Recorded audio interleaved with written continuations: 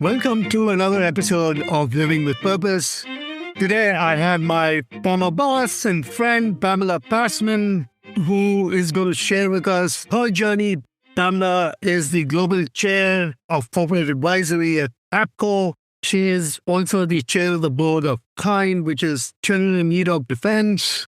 She used to be at Microsoft as a corporate vice president of corporate affairs for a very long time. She has had an illustrious journey and a career as a lawyer, advisor, focused on issues of societal impact. So please join me in welcoming Pamela. Pamela, welcome.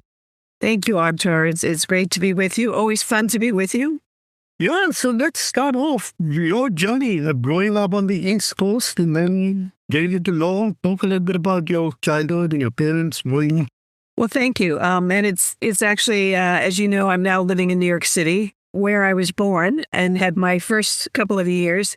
My family had the wonderful opportunity to leave New York City when I was 4 and move to Panama. And as you can imagine, in the 60s, this was quite a move for a family. And it was when the U.S. government controlled the canal. So there was a very vibrant American expat community, not only in Panama, but also in the canal zone. And my family had the opportunity to live there for about 6 years. Wow.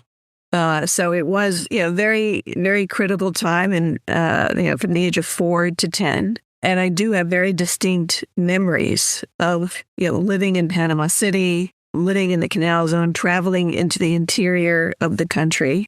But as you pass from the, Panama proper into the canal zone, there was an area called Hollywood.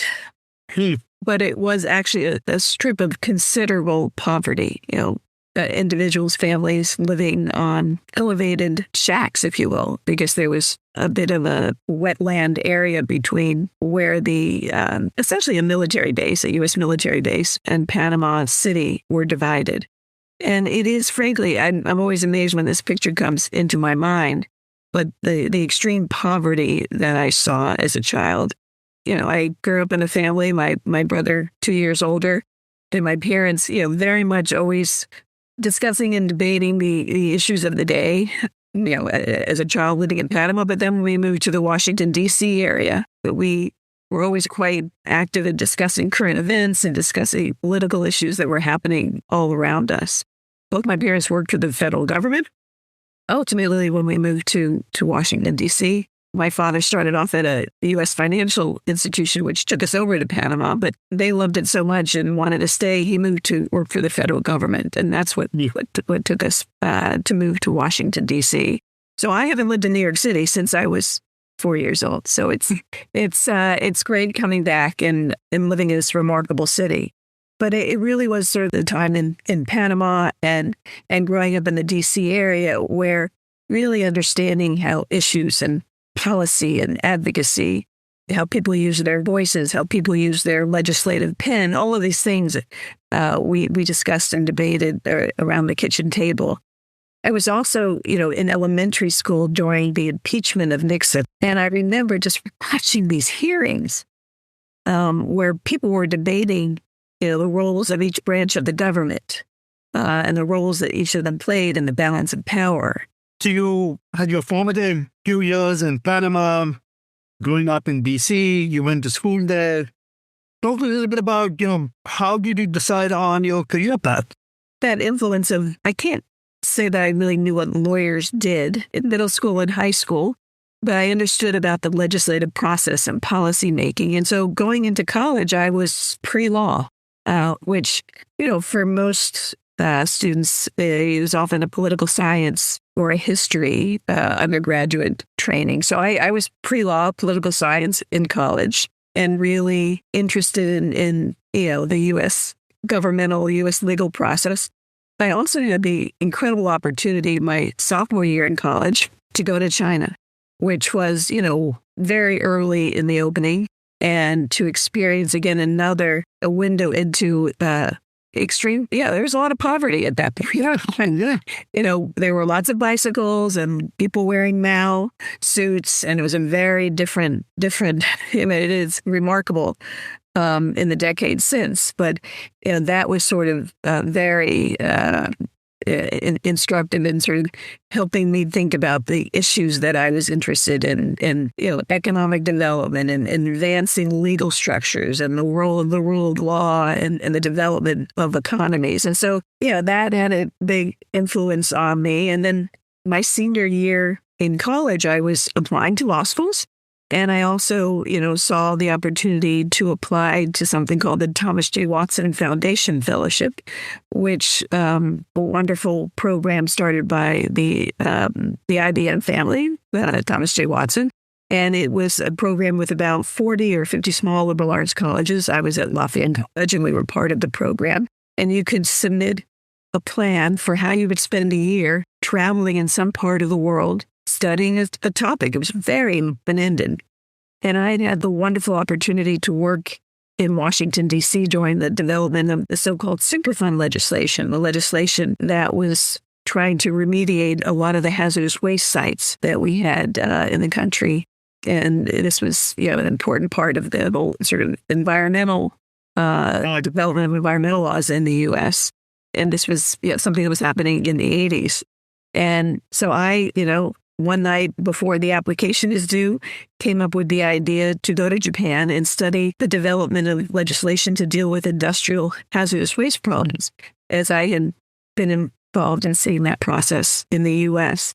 And I chose Japan because Japan had some waste problems in the 50s and 60s, very significant problems with mercury and cadmium, that it had significant health issues for the populace.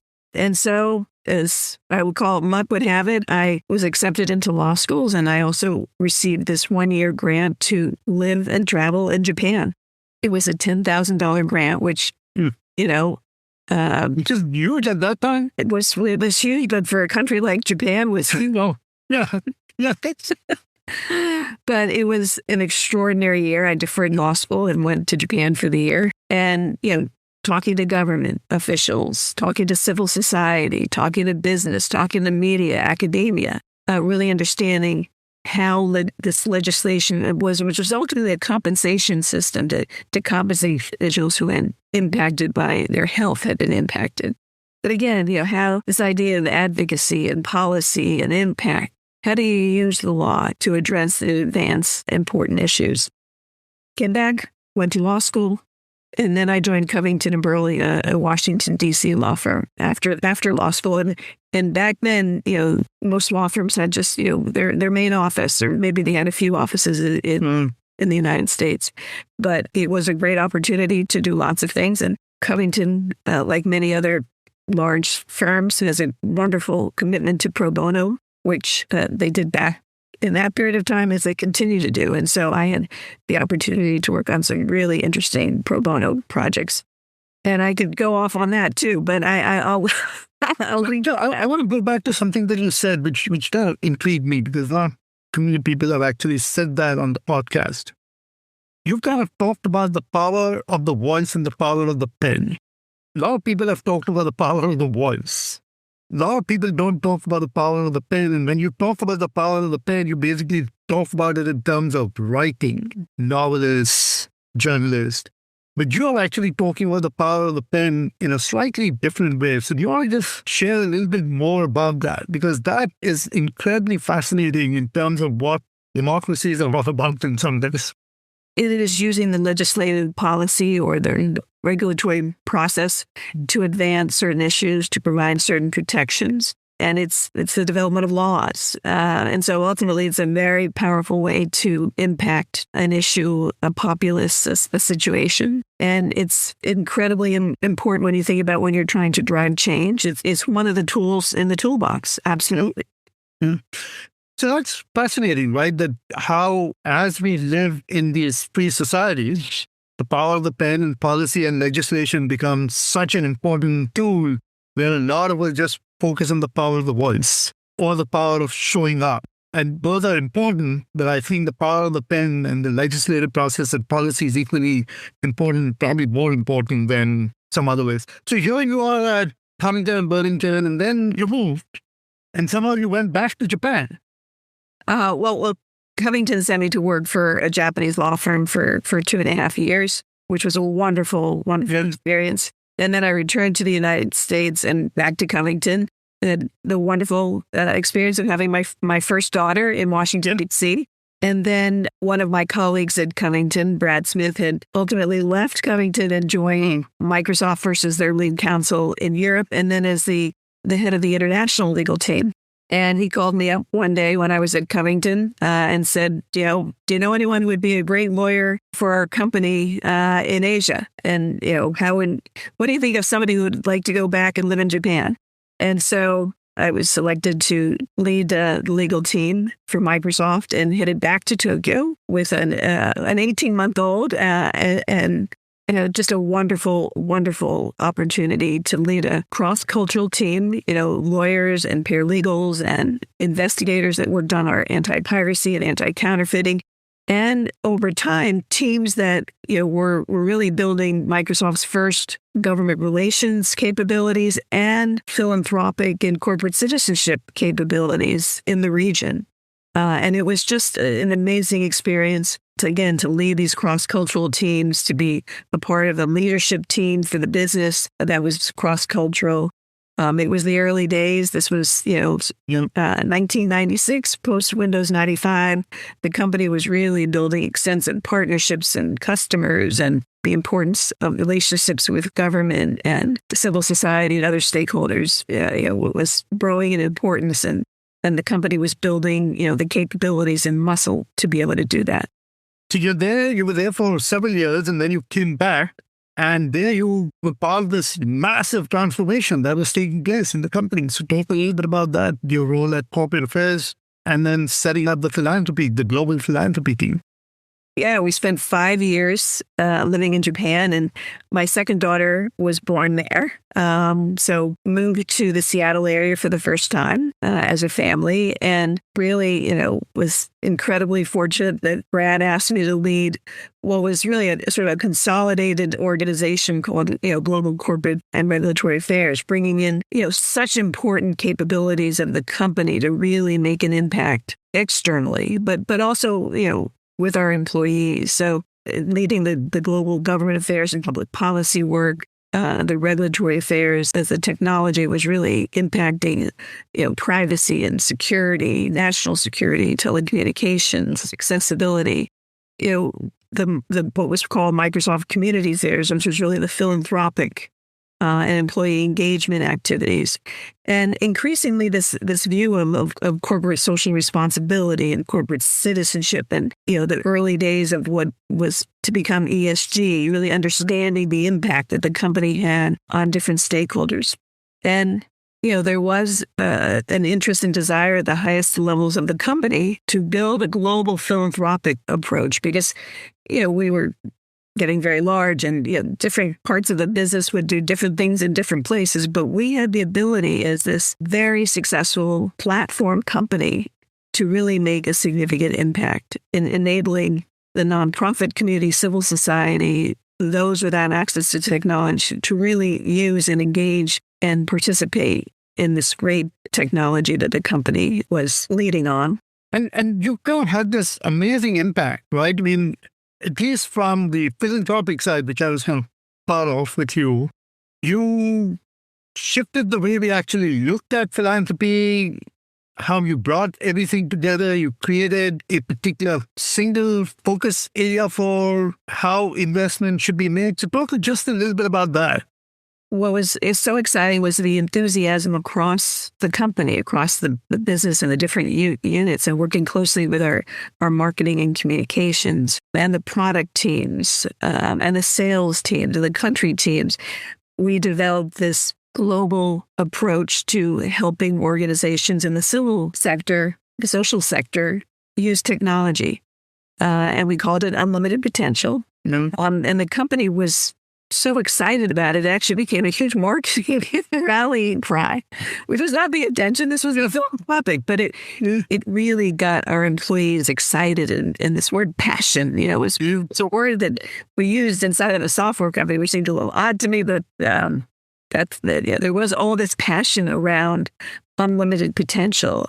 And it enabled our colleagues, whether it was, across different states in the United States and countries around the world, to have a consistent and a very visible approach to how we engaged in ensuring that those that would not normally have access to computer technology would have access to it. And, this is in the late 90s, the 2000s, where if you didn't have access to a computer, you really didn't have access to education, employment, health. I mean, it really was a key factor in ensuring that people had access to basic services.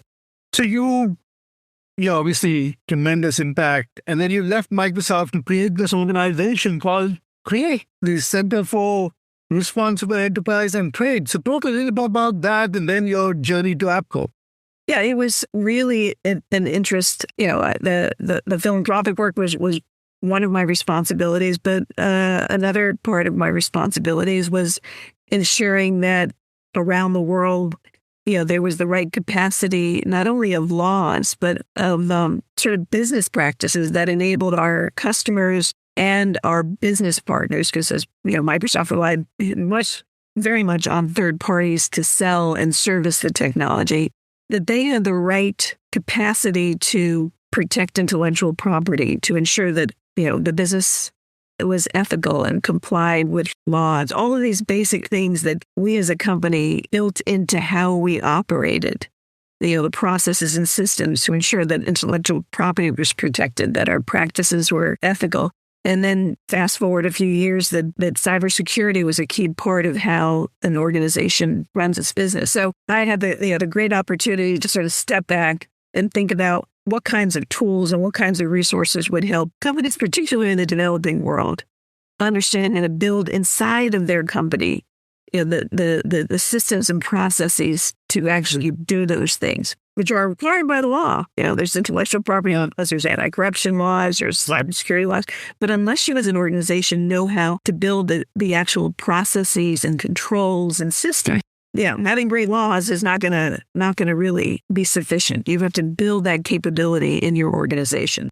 And that's what the CREATE did. And it was an enormous amount of fun. And I built a great team of people. We built a great offering and had lots of great partners.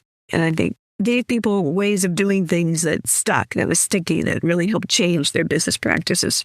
I actually had the opportunity to work with APCO when I was at Microsoft. I first met APCO in Beijing at their office there, where they've done quite a bit of work for the software industry in public policy and government relations and strategic communications. And then had the opportunity when I was in Redmond to get them involved in potential work. They actually helped me establish Kids in Need of Defense and the work behind getting that organization up and running when Brad thought it was important for the company to really help advance the issue of children's immigrant rights, and particularly legal rights for unaccompanied children as part of the legal department's pro bono commitment.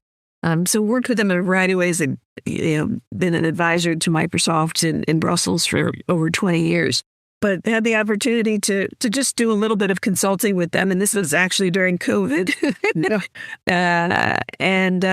Fast forward, they asked me to come in and lead a number of the practice groups, but also to lead the New York office, which is what brought me full circle, back to New York City, which has been fun and great. But, when I think back on, my experience, as a lawyer living in these different cultures, the portfolio of responsibilities and activities I had at Microsoft, they all sort of come together in being an advisor to these leaders in companies and boards of directors on how you as a company react to some of these extraordinary shifts in whether it's government policy or the geopolitical order, or how supply chains have to be reimagined.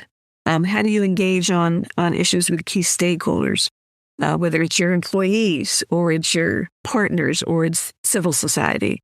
All of these things, I can say I've had some experience with. And in this very fast-paced, changing environment that we are living today, it's really helping leaders. And I don't think it's been, we've ever seen a more complex time to lead a global organization as we have today. But working with leaders, whether it's in global companies or in foundations or in conventional organizations, think tanks, helping them sort of step back and think about, how do they present what's most important to this organization? How do they achieve their business objectives? How do they advance their mission with their key stakeholders in a very dynamic external environment? Obviously, we're living in these incredible times, right? I mean, it's probably one of the most extraordinary periods over the last 50 years that we probably see in terms of what is happening today globally. So you mentioned just earlier that you worked on creating Kind Kids in Need of Defense. So come back, just let's end with that in terms of your role as the board chair, how that organization is doing and how it is doing in these times today. Thank you. No, thank you for that. And, Kids in Need of Defense, Microsoft was pivotal in launching it in 2008, but it's based on the pro bono engagement by, over 400 law firms across the country, almost 100 corporate law departments, again, volunteering their lawyer time to represent unaccompanied children that come across the U.S. border in all a variety of ways. And a substantial inflow from the southern border, but it has involved all of the U.S. borders. And, over time, the organization has really become the leading advocate for unaccompanied children on the move around the world. And so we not only work in the United States, but we also work in Latin America and in Europe. And this pro bono legal support is critical to it. But we also do psychosocial support and, of course, advocacy, ensuring that the laws that exist today are enforced and that the appropriate laws are in place to protect these children as they go through this migration, and that they get the opportunity to present their legal case, if you will, to an immigration court. And in many cases, they are allowed to stay in this country, but in many cases, they must return to their country. And so we have reintegration programs in Honduras and Ecuador and other countries to ensure that when children are sent back to their home country, that it's done in the most appropriate manner. But today, as the U.S. immigration, refugee, asylum system that has been built over many decades is really being dismantled. I mean, I think it's a very challenging time for individuals who have cases that have been advancing through this process, are really having to deal with situations they could never have imagined, where the government is not following the rules, so to speak, the laws that exist. And so it's been a very, very challenging time. The organization has lost federal funding that it had to help pay for and build this very significant pro bono practice to support these children. And so, we like many organizations in this space, continue to look for new partners, new sources of funding, but also the political support to continue to enforce the law that exists today that were bipartisan supported historically, and that are focused on the protection of children as they go through these transitions. Let me tell you, the work that you're doing is just extraordinary. It's always been extraordinary for the last 15 years or more, right? That the organization, and again, the legal system's pro bono work in this country has been just extraordinary. It's not something been going on for decades and decades in terms of how legal firms have actually got employees to show up, and that practice has got adopted in many other companies now. And the word pro bono has kind of become synonymous with voluntary. I think this is just something that is great. So your life, all the journeys has just been involved with purpose. So talk a little bit about the importance of purpose and how you show up with purpose. Well, I mean, I can't say that I think about it. That's why I'm engaged in doing the things I'm doing. But it certainly is, you want to make a personal impact, and you want to, when you see something, you want to do something.